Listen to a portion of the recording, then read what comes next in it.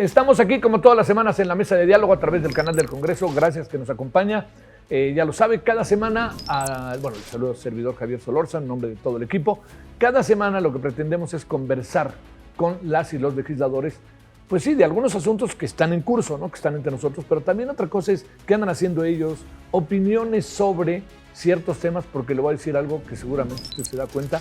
Muchas veces lo que sucede es que no sabemos qué piensan de ciertos temas. Porque pues no les toca subir a la tribuna o no sabemos, pero pues por supuesto que están trabajando en comisiones, etcétera. Algunos trabajan bien y otros no. Digo, pues siempre pasa, ¿no? Entonces la idea es precisamente esa y hoy nos da mucho gusto tener la oportunidad de hablar con la diputada Mariana Benítez Tiburcio. Ella es de Morena y es secretaria de la Comisión de Igualdad de Género.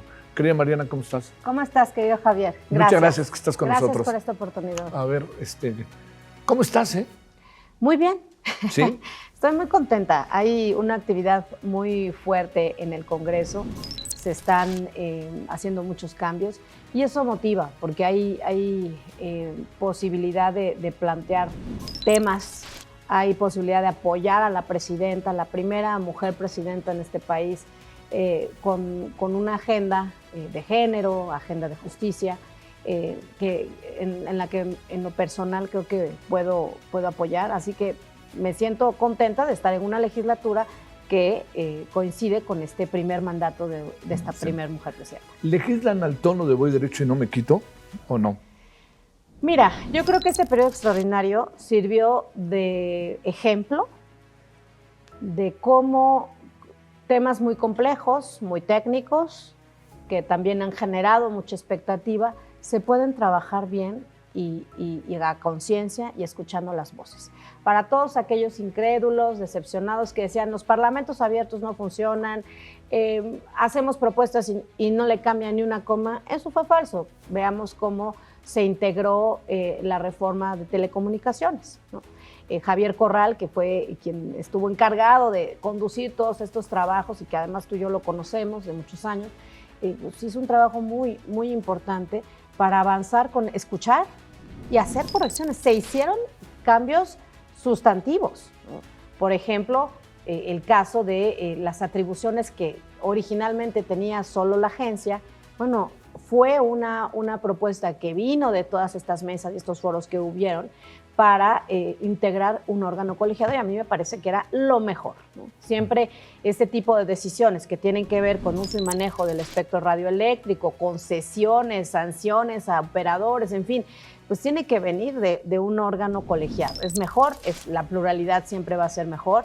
Y este fue un cambio, por ejemplo, muy, muy importante. El derecho de las audiencias fueron temas que se manejaron en los foros y también se hicieron ajustes. Entonces, creo que esto fue una buena opción. La otra ley importante fue la de lavado de dinero, por ejemplo, ¿no? Esta, bueno, se le llama así ley de lavado, pero realmente es ley para prevenir las operaciones con recursos de procedencia ilícita y financiamiento al terrorismo. Entonces, esta ley también, a mí misma me buscaron muchos notarios, personas interesadas en este tema y lo comentamos con la Comisión de Justicia del Senado, que es quien tenía también la redacción de esta importante ley y se atendieron las reformas. A mí me lo dijeron apenas justamente el día que esta semana que lo discutimos en el Pleno del Congreso, me dijeron, la verdad, fue una ley ejemplo de cómo sí podemos trabajar y se hace eco de las observaciones. Entonces, yo creo que lo estamos haciendo. Habrá algunas otras reformas que generan controversia, pero creo que estamos haciendo un buen trabajo de escucha, de análisis y de avanzar en una agenda que plantea la presidenta. ¿Se va a espiar a los ciudadanos o cuando dice la presidenta es falso de toda falsedad? Realmente me sorprende la capacidad también pues de trampa, ¿no? De una narrativa tramposa que pueden pretender generar. Es decir, ya no se levantan todos los límites a las opiniones en cuanto a decir la verdad o mentira. O sea, yo sí puedo, digamos, me sorprende cómo se pueden plantar en un debate diciendo exagerando los argumentos y mintiendo, porque esto es una mentira. Claramente lo revisé y de hecho aquí lo traigo. Las disposiciones de las que se quejan, primero, es una nueva ley, entonces no es que se hayan dejado intocadas algunas cuestiones, es una nueva ley, ¿no? Bueno, pero los artículos que señalan, principalmente la oposición, de que son los que establecen las facultades de espiarnos a los 109 mexicanos. Y 182, creo, sí, ¿no? El 183. 83, perdón. Que mantiene exactamente lo establecido en el artículo 190 de la todavía vigente ley, es exactamente la misma redacción. No cambia. ¿Sí? O sea, lo único que se hizo es traerse, se modifican algunas cosas, pero se traen artículos que ya están en la ley vigente, ¿sí? Entonces, no es que sea una ley nueva por completo. Entonces, se habla de las obligaciones de los operadores que están obligados a cooperar en materia de seguridad y dice en los términos que establecen las leyes. ¿Cuáles son los términos? Pues el artículo 303 del Código Nacional de Procedimientos Penales, que claramente te dice que por mandato judicial podrán intervenirse, solicitar geolocalización en tiempo real, etcétera. Eso no cambia. A través de un juez. Por supuesto. Okay. A ver, lo que se plantea es que, y entramos al otro candente tema, que es el del nuevo Poder Judicial. Y se habla mucho de que el nuevo Poder Judicial es como una especie de otro poder de la mayoría. A ver. Bueno, pero primero... Ese es un tema tuyo. Sí. Y la primera parte, entonces, decirle muy claramente, no. Los artículos que están criticando y están satanizando están hoy en la ley vigente y no ha habido un mayor problema sobre eso. Las obligaciones ya estaban.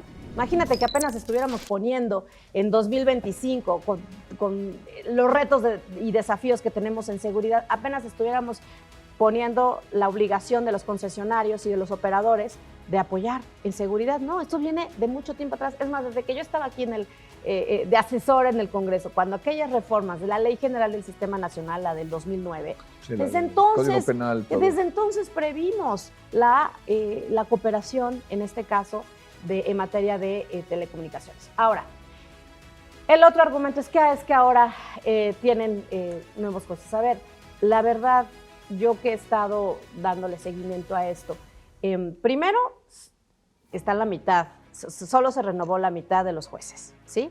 Los otros para el 2027. Segundo, llegaron muy buenos perfiles. Gente, por decirte, en Oaxaca.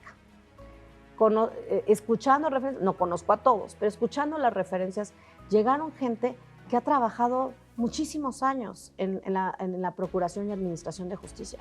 Entonces, que sí se ha hecho nuevamente, insisto, esta narrativa exagerada, etcétera, y que haya cosas que corregir. Yo sí creo que hay cosas que corregir en la reforma, que mejorar, ¿sí?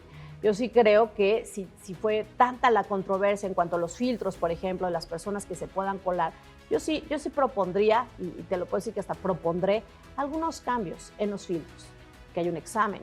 A mí me encantaría que sí haya un examen. Bueno, el comité de selección, muchas cosas, los comités de selección... Y los van a poder hacer. Es decir, se les van a dar las atribuciones a los comités. Pero tienen que hacer mejor su chamba los comités de selección. Primero hasta desde la integración. Hasta sí. Desde la integración de los comités me parece sí. que tenemos que subir el estándar. Ese es un punto. Y lo digo muy a título personal. Segundo, tenemos que mejorar los requisitos para afinar todavía más los detalles y que asegurarnos que llegue gente, que no haya ningún colado por ahí como los que se mencionaron, gente que no tenía el promedio, en fin, que no tenía los méritos, pero realmente sí, yo sí creo que se dio un primer avance y siempre lo dije desde antes, y lo ha dicho la presidenta, como cualquier ley y como primer ejercicio además de una elección judicial, pues hay cosas que se puedan hacer. En materia electoral lo hemos hecho y tú lo sabes, Javier. Es decir, yo he vivido varias reformas constitucionales y legales en materia electoral y nadie se corta las venas porque en el camino se van corrigiendo errores que al momento de aplicarse en una elección, pues surgen, ¿no? Y van a venir también temas de reformas electorales. Entonces, creo que no hay que tenerle miedo a estos cambios, creo que hay forma de mejorarla, pero no, me parece absolutamente insensato que por esta situación ahora de la elección judicial ahora digan, no, bueno, es que primero mienten, ¿no? Que dicen, no, nos van a espiar. Y ahora digan, no, pues es que ahora los jueces. Y le van a echar toda la culpa ahora a los jueces. Me parece que no. O sea, creo que no abona sus mentiras, sus falsedades a una discusión que sí debe darse en este país, sí, pero con buenos argumentos y no con mentiras. A ver, platicaba el otro día con la ministra Ana Margarita Ríos Farjat y ella tiene en su ponencia sobre prisión preventiva oficiosa, tiene ahí varios aspectos que ojalá se puedan discutir antes de que entre la nueva Corte. Lo digo por un asunto que nos es importante como sociedad, que es la prisión preventiva oficiosa.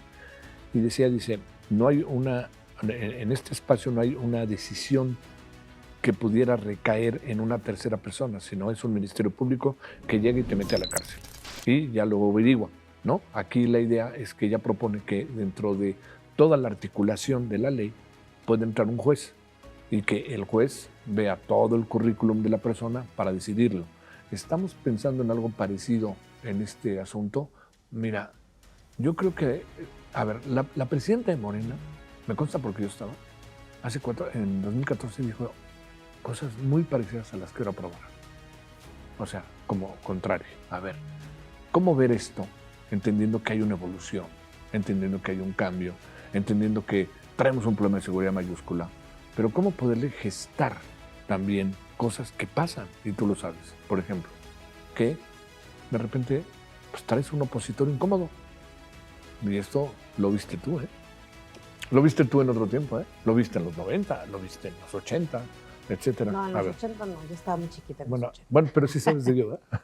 No, pero sí me entiendes, ¿no? A ver, sí. A ver, aquí hay un asunto de desconfianza. Por más que sean mayoría, hay un asunto de desconfianza. Y tarde que temprano no se gana para siempre ni se pierde para siempre. A ver, reflexionemos si no te importa, Mariana, sobre esto.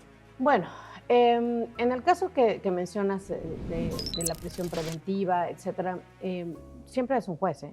Y sí, ¿por qué se ha cambiado? Tú mencionas el caso de nuestra presidenta de Morena. A ver, el país está mucho más complejo ahora que hace 15, 20, 30 años. La evolución de los delitos, del avance del crimen organizado, las tecnologías, las redes sociales, los avances cibernéticos, etcétera, han hecho más complejo este país. Segundo, cuando se es gobierno, y yo ya estuve en un cargo de responsabilidad en materia de seguridad, sí podemos entender, es decir, no es lo mismo ser académico que ejercer las leyes y tener que aplicar y tener responsabilidades. Cuando se está en una posición así y tienes casos concretos de personas, de seres humanos, vidas reales, y quieres dar una respuesta pronta, sucede que de pronto las leyes pueden ser una camisa de fuerza, y no necesariamente estoy diciendo, digamos, cambiemos las leyes y hagamos todo para que todo sea más fácil. No, ojalá, y por supuesto, pero también tenemos que reconocer que hay un marco de derechos humanos, porque tan lo podemos usar para el bien como también se pueden usar para cometer abusos las leyes, ¿no? Entonces, me parece que en esta narrativa pues se reconoce la complejidad que estamos viviendo, ¿sí? Cuando se es gobierno se tienen que tomar decisiones a veces difíciles y es ahí donde entra una conciencia de decir, necesitamos hacer esto. Por ejemplo, el de la Guardia Nacional, ¿no? El tema de la Guardia, que también fue uno de los temas que aprobamos en estas semanas, la semana pasada. Guardia Nacional, se militariza el país. Bueno, yo revisé un documento que está en fuentes abiertas. Nuevamente aquí, la oposición se monta en este discurso de militarización, etcétera, pero que sepa la ciudadanía qué hacen los gobiernos estatales. Primero, muchos gobiernos no han hecho su tarea de preparar una fuerza civil, policial, eficiente, confiable a la ciudadanía. Y este problema lo venimos viendo desde hace 20, 30 años y hacia atrás. O sea, y volvemos a hablar de la inseguridad, pero no se ha hecho un esfuerzo, porque no todo es responsabilidad de la federación.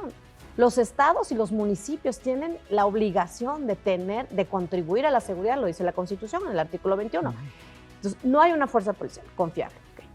Todos los estados de la República, incluyendo los de oposición, todos, excepto uno, Nuevo León, tienen han pedido el apoyo de la Guardia Nacional para sus labores de seguridad. Entonces acá hay una hipocresía. No me gusta la Guardia Nacional, son militares, y ahorita vamos a explicar esa parte. Pero por otro lado, un desaparecido, un secuestro, inmediatamente voltean, Federación, ayúdame con Guardia Nacional. ¿Por qué? Porque es un cuerpo de seguridad confiable, preparado, que tiene otras capacidades que no tienen los gobiernos estatales. Entonces, para empezar, ahí está la situación. ¿Por qué necesitamos que esta Guardia Nacional se adscriba y digamos, a la Secretaría de la Defensa?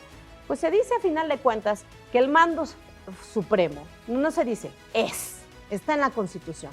El mando supremo de las Fuerzas Armadas, de la Fuerza Armada Permanente, ¿quién lo tiene? Un civil.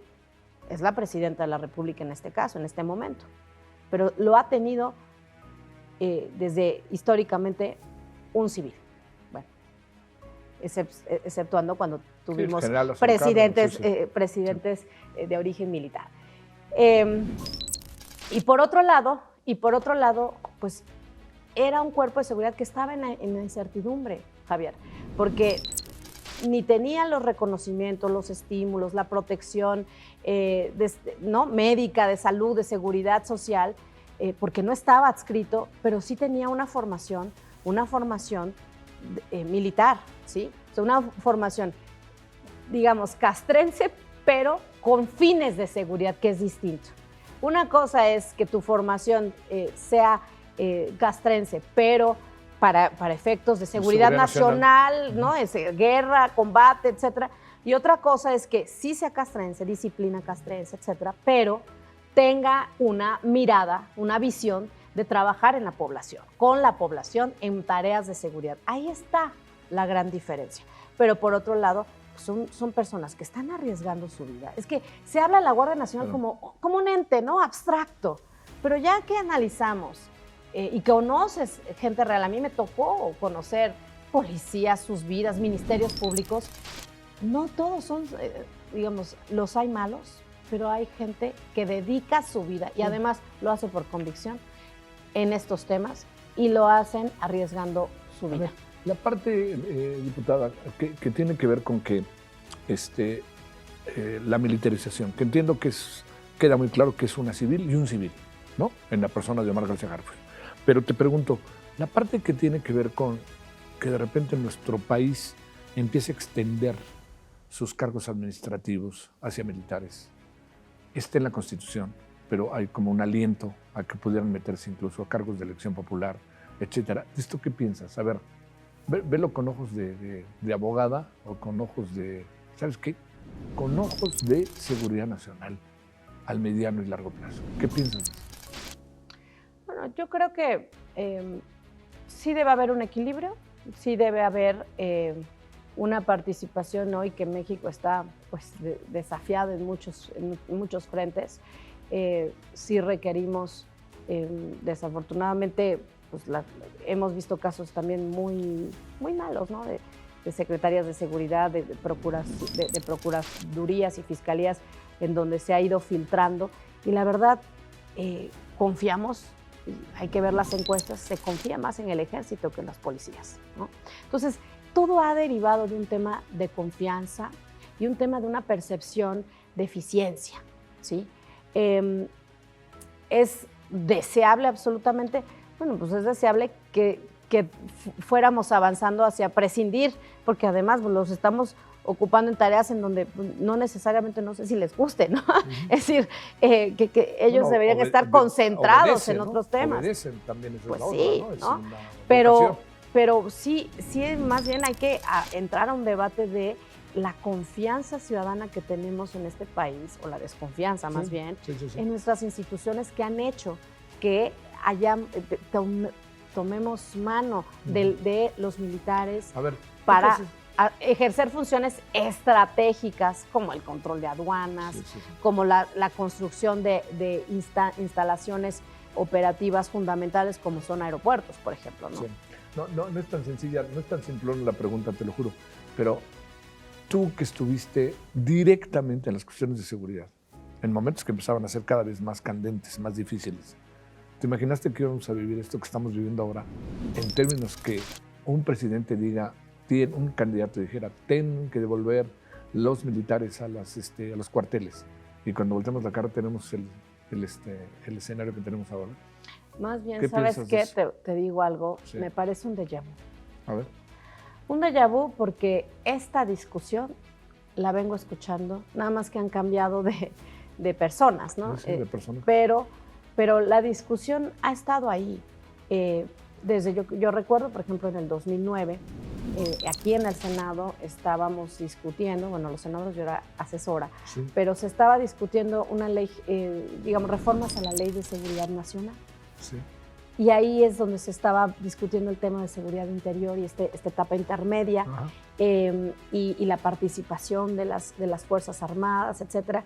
Y vuelvo a lo mismo, quienes hoy se desgarran las vestiduras eran aquellos que en 2009 y en 2010 estaban impulsando el que se participara las fuerzas y se les diera un reconocimiento, porque cuando eres gobierno y tienes a las Fuerzas Armadas y ellos mismos te dicen, es que estoy en la plena incertidumbre, o sea, yo voy a echar a ponerlos al territorio, a tierra, a mi gente, sin ningún marco legal que esté reconociendo. Ese era el conflicto en ese entonces.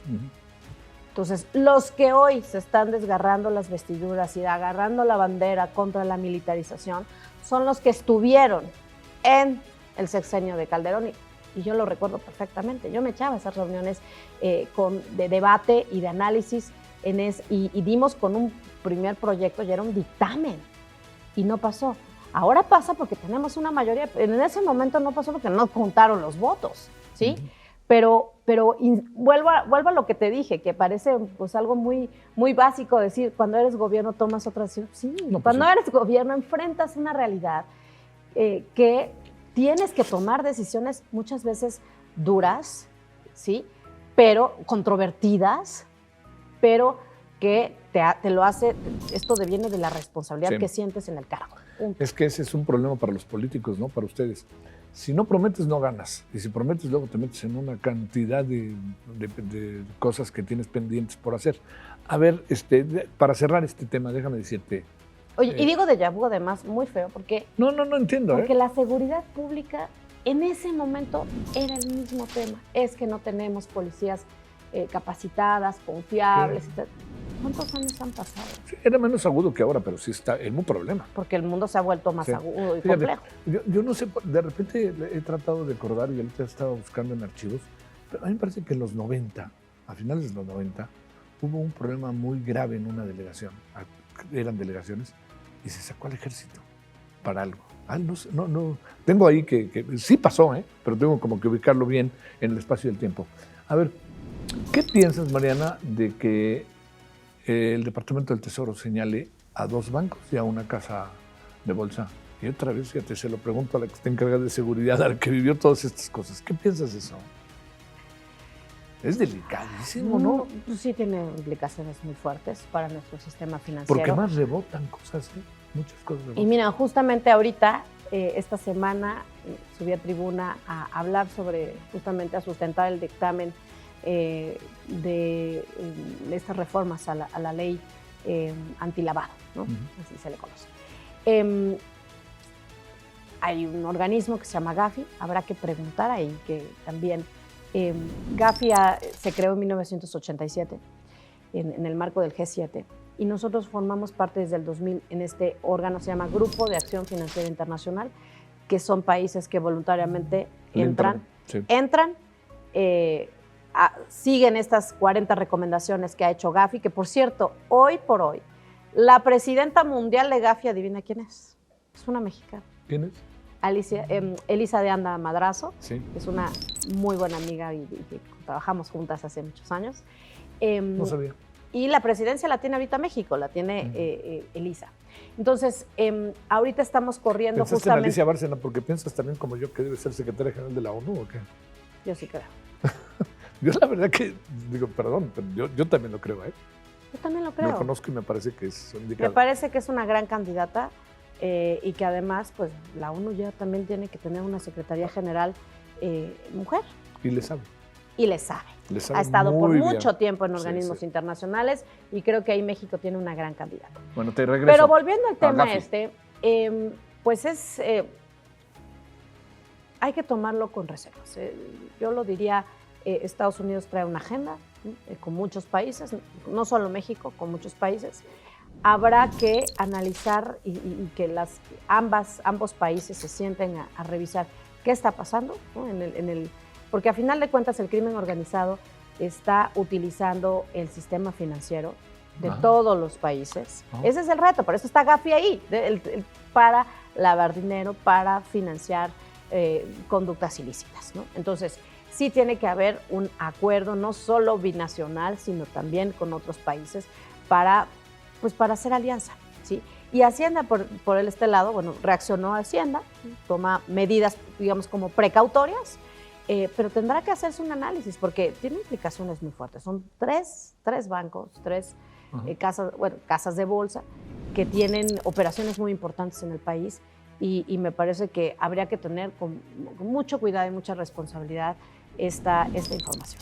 Ahora, este asunto, también, digamos, Estados Unidos, como está en curso, yo presumo, que no quieren decir exactamente detalles sobre el asunto, que tendría la lógica de que esté en curso, pero que tiene su investigación.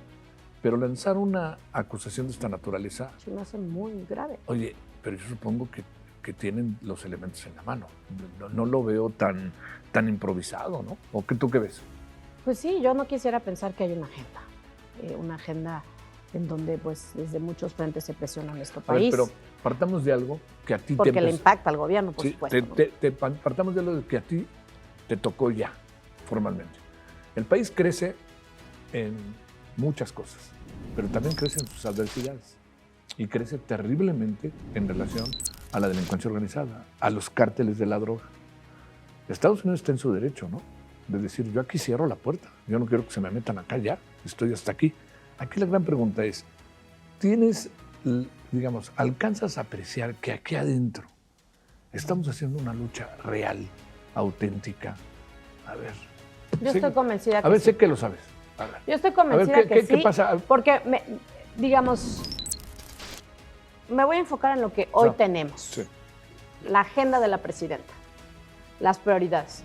Me parece que nadie debe dudar de todo lo que se está haciendo, no solo a nivel legislativo. Eso impacta, por supuesto, ¿no? Sino, digamos, el discurso, la narrativa y cómo vemos metida a la presidenta con su gabinete de seguridad, los resultados que se están anunciando por parte de nuestro secretario de Seguridad, Omar García Harfuch. Y todos estos cambios legislativos no es cualquier cosa. Es decir, está retomando la presidenta el fortalecimiento de este Sistema Nacional de Seguridad Pública, mejorando, estableciendo las bases para mejorar la coordinación con los estados, ¿sí? Entonces, a mí me parece estratégico, yo ya lo venía viendo, que tenía que reactivarse el Sistema Nacional, es el sistema de coordinación nacional en materia de seguridad y que creo que había estado un poco como en pausa. ¿Sí? Entonces, estos cambios vienen a reactivar eso y eso habla de esta visión de la presidenta, decir, a ver, no nada más todo, y no solo porque no quiera asumir la responsabilidad, sino si este tema está así, de esta naturaleza y los desafíos están tan grandes, tenemos que echar mano de todo, estados y municipios, ¿sí? Es un ejemplo que te estoy poniendo. Todas las reformas en materia de inteligencia. ¿Cuántas veces hemos dicho, a ver, ¿de qué sirven los rondines, el despliegue de seguridad? Si no hay inteligencia, si no somos capaces de detectar, prevenir delitos y sancionarlos. Yo quizá vería como un gran pendiente, y siempre lo menciona la presidenta porque está consciente de entre tantos temas que tenemos, es el tema del fortalecimiento en Procuración y Justicia, o sea, el tema del fortalecimiento de las fiscalías. Ese ha sido un tema que no se ha abordado de décadas, ¿sí? Y que gobiernos vienen de gobiernos estatales y locales y de verdad nadie le entra a fortalecer, salvo muy pocas excepciones que yo en mi época, por ejemplo, vi, ¿no? Gobiernos que, por ejemplo, Baja California, etcétera, que le habían metido mucho al tema de las fiscalías. Fuera de eso, realmente, pues sí es una constante en que, aun cuando es la clave de toda esta cadena de seguridad, desde la prevención, la administración de justicia, sanciones y sistema penitenciario, la clave fundamental es las fiscalías y seguimos así, ¿no? Entonces, yo creo que para allá vamos, ese va a ser un pendiente, ese es un pendiente y ese va a ser una piedra angular para que todo este sistema funcione, pero yo sí veo que la presidenta está ocupada en este tema, está metida en este tema, le exige resultados, no me quiero imaginar cómo está nuestro secretario de Seguridad con tantos temas, pero estas reformas que recién aprobamos, que fue Guardia Nacional, donde también se le está dejando muy claro a la Guardia que va a investigar delitos, sí, pero bajo el mando y conducción del Ministerio Público, como tiene que ser y siempre ha sido. 2, la ley del sistema de información e inteligencia en materia de seguridad pública, eso también va a ser muy importante. No estamos dándoles todas las herramientas al gobierno que no se hayan dado ya para investigar delitos, pedir información en los registros que hay. Se están generando bases de datos, un nuevo Banco Nacional de Información en materia de inteligencia, en fin, se está haciendo lo que se tiene que hacer. Tardamos, pues tarda. Yo sé lo que es echar a andar. Por ejemplo, me tocó a mí la implementación del sistema acusatorio dentro de la Procuraduría y quisieras que mañana ya estuviera hecho todo, ¿no? Es decir, pero son procesos administrativos, son procesos de avance, tanto legislativos, de implementación en las instituciones, pero tenemos que hacerlo y lo están haciendo bien. Yo estoy confiada en que se está abordando el tema de seguridad como una de las prioridades. A ver, desde la perspectiva de la gobernabilidad, que es ahí donde tu experiencia en muchos asuntos es clave. Una cosa es estar fuera y otra cosa es estar dentro. Estar dentro significa que diario te explotan bombas, ¿no? Para decirlo de manera muy doméstica. Pero, ¿qué tendría que hacer el gobierno mexicano con las revocaciones de las visas? Por ejemplo, ¿qué tendría que hacer con la gobernadora de Baja California, con el presidente municipal de Badiraguato, con Los Ángeles del Barranco, con los bancos? ¿Qué tendría que hacer? O sea, la revocación de visa es una... no quisiera utilizar la palabra, ¿no? Pero supongo que es parte de una investigación respecto a ciudadanos que pudieran estar relacionados con alguna irregularidad. Que conste que no dije delincuencia organizada, porque a lo mejor la señora gobernadora de Baja California su irregularidad, no quiero decir que se pasó un alto, pero es otra. Y no necesariamente es que ella esté ligada a algún grupo. Ese, ¿no? A mí me llama la atención que se conecta un poco con el último caso que me preguntaste, el de este mensaje respecto de estas 3 instituciones financieras. El problema es que sí, debe estar en el marco una investigación, lo de los bancos y suponemos que esto, pero hasta donde yo tengo conocimiento no es que se esté informando, es decir, no hay una, oye, le voy a retirar la visa porque tengo este informe. La presidenta decía, no hemos recibido ningún informe. Entonces, no quisiera pensar que, insisto, hay una agenda paralela donde no se está comunicando y tú me dices, ¿qué tendría que hacer? Bueno, pues el gobierno decir, estoy abierto a que me compartas información si tienes alguna información relevante, pero hasta donde yo entiendo, no estoy en esas oficinas, pero hasta donde se ha informado y se ha conocido en la opinión pública, no ha habido tal, ¿no? Entonces, pues mientras tanto el gobierno mexicano no puede tampoco estar actuando de acuerdo a la agenda que traiga, que no sabemos exactamente hacia dónde va, ¿no? En el caso norteamericano. Entonces, si hay colaboración y si hay información, entonces sí te diría, pues si actúas, sí, abres una investigación. Pero si solamente hacen su anuncio y no hay cooperación en temas de seguridad, digamos en particular con compartir información sobre lo que está haciendo allá, pues está difícil que puedas, digamos, oficiosamente abrir algo respecto de algo que pueda estar pasando en el gobierno. A ver, bajo esa perspectiva, Estados Unidos, hasta donde yo entiendo, tú seguramente tendrás más información, no está obligado a informarte. Es un asunto de cooperación bilateral. Es lo que te Es un asunto de voluntad. Entonces, es un asunto de voluntad. A ver, pero el no informar también, yo creo que se debe a, presumo, que quede claro hipotéticamente, a que no hay mucha confianza de parte de Estados Unidos de lo que pasa aquí adentro, porque hay muchas historias en ese sentido que incluso a ti te tocaron, que si no confiabas en no confiabas en confiabas y entonces les dabas la información e informaban rápidamente a quienes iban a ser sujetos de detención, de investigación, etc. Podría ser eso, ¿eh?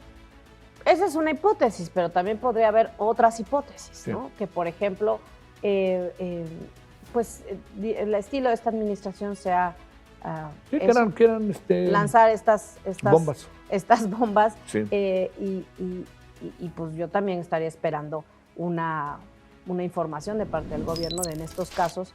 ¿Qué hacer con esta información? Porque si se supone que somos vecinos, que estamos metidos en esto, en el tema de cooperación binacional, en temas de seguridad, comercio, pero en particular de seguridad, pues lo más básico que hay es: te comparto información y nos sentamos en una mesa de alto nivel donde hay respeto y confianza entre nosotros y te voy pasando la información que yo voy teniendo. Así se hacía, así se debe hacer, así lo viví en mesas de trabajo en materia de seguridad. Eso es lo que se esperaría, te digo. Pero estamos ante un presidente que no es así. Entonces yo creo que es un poco agenda y estilo de la administración del gobierno de Trump. A ver, eres de un estado bellísimo, me consta, pero eres de un estado migratorio, ¿no? Y el tema migratorio está encima de nosotros, que si el 1%, que si solamente si lo pagas en efectivo y mandas tus remesas en efectivo. Por otra parte, ayer que se aprobó, bueno, no del todo está aprobada la reforma maravillosa, como diría Trump, pero digamos, es impresionante cómo al FBI le redujeron, a la DEA le redujeron, y para atacar el tema migrante aumentaron. A ver, ahí ¿qué está pasando? Tomando en cuenta que, además, este país nunca ha sido muy sensible con el tema migrante. Jorge Bustamante, el presidente del Colegio de la Frontera Norte, me decía: nunca en este país, en mi país, he visto una manifestación en favor de los migrantes. Pero de repente, ¡pum!, empezó el dinero, empezaron muchas cosas y nos empezaron a preocupar. A ver, tú que eres de un estado migrante. Sin duda, Oaxaca, Michoacán, Guerrero, Puebla, son estados que tienen altísima migración. Lo vemos en muchos pueblos. Tú llegas a los pueblos y ves madres, jefas de familia solas. Me tocó una vez ir a un pueblo, no me acuerdo cuál era, pero los pueblos desolados, ¿no? Y sí, pues es parte de algo que, pues por mucho tiempo la desigualdad se dejó crecer, ¿no? Pero también veo un cambio. Para empezar, se detuvo. Ayer leía las cifras en la noche, cifras históricas de cómo se redujeron los pasos en las fronteras, y cayó un 90% en estos meses, claro, por toda la información que se tiene. Y entonces, por todo lo que han hecho. Y todo lo que han hecho y todo lo que se sabe y el miedo colectivo que hay, ¿no?, en las familias de migrantes, etc. Pero me parece que aún con toda esta pues, crítica nuevamente de la oposición que ha habido a los programas sociales, ¿sí? Les irrita los programas sociales, les irritan. Pero yo te puedo decir, si no se hubiera hecho esto, ¿qué alternativas tendrían de tener algo en su bolsillo? Muchísima gente, familias, millones de personas. O sea, tenemos que hacernos cargo que todas estos millones de personas en pobreza, más de 30 millones de personas en pobreza alta, ¿de qué vivirían? Tú dirías, pues ponnos a trabajar. Sí, pero bueno, es un círculo vicioso, ¿no? Es decir, la educación se dejó rezagada por muchos años, no hay las mismas posibilidades de salir de adelante desde el tema educativo, y cómo de un día para otro les das respuestas a las personas, ¿sí? Eso tarda. Sí. Y había que atajarlo. Entonces, me parece que los programas sociales están ayudando en muchas comunidades. Yo lo he visto como en mi estado, la gran cantidad de personas que pues desde programas como Sembrando Vida, ¿no? Los caminos rurales, es una belleza. A mí, yo creo que de las cosas que más le reconozco al presidente López Obrador son estos caminos artesanales que se han hecho y en donde se pone a la gente de los pueblos a trabajar. Reciben un ingreso y van mejorando las vías de comunicación en cuantísimos pueblos. Imagínate Oaxaca con 570 municipios, miles de caminos que tenemos. Y la verdad es una maravilla todos estos proyectos que le han dado trabajo a la gente, que les han dado capacitaciones a la gente, el programa de las juventudes, que hay cosas que mejorar, claro, y se están haciendo, ¿no? Que las reglas de operación en algunos casos hay que afinarlas, por supuesto, como cualquier política pública que se tiene que ir ajustando. Pero si no hubiera esto, el problema de migración no hubiera sido doblemente peor. ¿Qué sí se tiene que atajar urgentemente? Pues sí, los desplazados por el crimen organizado. Hay mucha gente que ha migrado, que se ha salido de sus propios estados y se ha buscado otro tipo de vida por el avance de los del crimen organizado en algunas poblaciones muy específicas de Guerrero, Michoacán, inclusive el Estado de México, ¿no? Sí. En la tierra caliente, en la zona caliente. Pero me parece que esta política de los programas sociales han contribuido a detener, a disminuir y a darle respuesta y apoyo a muchas personas que en otras circunstancias se hubieran ido, ¿no? Y hoy están y regresarán muchos también, ¿no? Y bueno, pues el tema de las remesas es complicado. El 1% aún así va a tener un impacto. Hombre, ¿cómo no? En Oaxaca también recibe una cantidad importantísima de dinero por las remesas y de ahí se mantiene también, ¿no? Somos un estado que se está abriendo a otras, digamos, a oportunidades económicas de desarrollo. Está este proyecto del corredor transísmico, que yo ya lo visité, no sé si tú lo has visitado, pero la verdad me dejó gratamente. Y ahí te voy a decir un argumento del tema de los militares operando. La verdad, quedé gratamente sorprendida, nos los presentaron los marinos que están al frente del proyecto en el caso de Oaxaca. Y la verdad, pues da gusto ver con qué orden se está trabajando, con qué, digamos, disciplina y consistencia se está avanzando en este proyecto que pinta para ser, pues, un proyecto sumamente importante para el desarrollo de Oaxaca. Oaxaca, que ha vivido por muchos años y décadas de los servicios, ¿no? Del turismo, ¿no? No tenemos industrias, pero lo que se está haciendo con eso y con los 12 polos de desarrollo que está implementando en las zonas del Istmo, en varios pueblos del Istmo, y también Veracruz, por supuesto, porque es toda, se cruzan, pero en Oaxaca son 12 polos de desarrollo que se están echando a andar. La verdad, esas son acciones que no se ven diario, ¿no? O sea, que la gente puede no saber, pero se están haciendo desde el gobierno anterior y que está continuando y fortaleciendo nuestra presidenta. Y tiene que ver con un tema de participación comunitaria, de involucramiento de las comunidades en estos temas de desarrollo muy local, aprovechando todas estas ventajas que van a venir derivado de empresas que vienen a invertir, que vienen a trabajar, que vienen a hacer uso de este corredor transísmico. Entonces, yo estoy interoceánico. Interoceánico, sí. Sí, entonces, pues hay perspectivas para Oaxaca y estas perspectivas, por supuesto, que están pensadas también en hacer que la gente se quede, que no tenga que buscar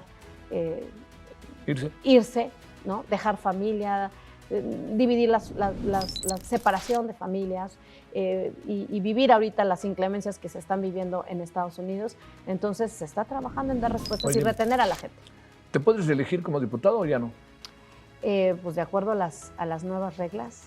Bueno, recuerda las reglas de Morena, ¿no? De Morena, sí. No las reglas... sí, no, digamos, en términos constitucionales sí podría hasta el 2030, que va a entrar en vigor. Pero de acuerdo a los lineamientos que se aprobaron en el reciente Consejo, no. No. ¿Qué vas a hacer? No es porque esté pensando que ya te vas en el 27, como sea, son 2 años. Sí. A estas alturas. Yo te voy a decir una cosa, siempre lo he dicho y de verdad no es de dientes para afuera ni es discurso. A mí, donde pueda yo servir e incidir a favor de mi estado, de Oaxaca y de mi país, voy a estar feliz ahí. O sea, dicho de esta manera, hasta en una de esas, ser gobernadora. O candidata, para decirlo de manera más... Porque tendría que descartarme, al contrario, siempre ha sido mi sueño, ¿no? Desde niña. ¿Naciste en Oaxaca capital? Sí, en Oaxaca capital. Pero mi ascendencia muy fuerte es ismeña, ¿no? Mi padre es de Ixtepec, de donde han salido gobernadores también. Sí. No, y es un lugar maravilloso. Un lugar maravilloso y que ahorita está pues, cerca de Juchitán, ¿no? Sí, está como claro. A 20 minutos. Está muy cerquita, una media hora. Sí, 20 minutos. Hijo, qué temblores les ha tocado esa zona, ¿eh? Ixtepec. Me tocó, Juchitán. Fíjate, yo era diputada. En 2017. En 2017. Y me tocó vivir el sismo del 7 de septiembre en Oaxaca. El sismo del 19 de septiembre en la cámara, que fue horrible. Sí. Yo ahí de ahí quedé traumada. Sí. Y un último, que hubo un 23. 23. Pero ese del 23 de septiembre, el epicentro estuvo en Ixtepec y mi padre estaba ahí. Porque No. va bien, está Sí. en Oaxaca, está en Ixtepec. Pero no pasó. Terminó de derribar, fue gravísimo. Y terminó de derribar muchas casas. Las casas que no derribó el sismo del 7 de septiembre, Fue el 23. el del 23. Estuvo fuertísimo, sobre todo en Ixtepec. Yo estuve el 8 de septiembre y sí, reconozco que fue una cosa brutal por lo que uno veía. Y luego vine para acá y me pasó igual que tú el 19 de septiembre, pero se me tocó en una estación de radio, en Fimex, Tú estuviste el 8 en el Istmo, en Ixtepec. en Ixtepec. Ixtepec. Yo el mismo día, bueno, eso fue Oye, el 7. tocó ese 8 de Yo septiembre. el 8 de septiembre estuve ahí y hubo muchos, eran miles de réplicas. No, pero hubo uno Nos particularmente. fuimos directo a trabajar ahí. Hubo el 8 de septiembre a las 9, 10 de la mañana, uno fuertísimo. ¿Sabes por qué? Porque venían llegando algunos estudiantes del Politécnico para ayudar. Y entonces ellos estaban llegan, y pues con enorme disposición de ayudar, y de repente empieza a temblar y dicen, me regreso, ¿no? Se asustaron mucho, pero se quedaron hasta el final, ¿eh? Muchas Sí, cosas sí fue hicieron. muy fuerte, de las experiencias más fuertes que yo he visto, he vivido y la gente. Entonces, de mis aquí a paisanos. 2027 no sabes qué va, después del 2027 no sabes qué va a pasar. Después del 2027 no sabemos qué va a pasar, pero yo estoy puesta para servir a mi ¿Cuándo estado y cambia a mi la país. gobernatura en tu estado? En el 28. 28. Ah, bueno. Ahí pueden pasar cosas. Bueno, muchas gracias, Mariana. Querido Javier, siempre es un gusto. El gusto mío, muchas Muchas gracias. gracias. Muchas gracias en nombre de todos quienes hacen posible la mesa de diálogo a través del canal del Congreso. En nombre de todas y todos, reitero, gracias.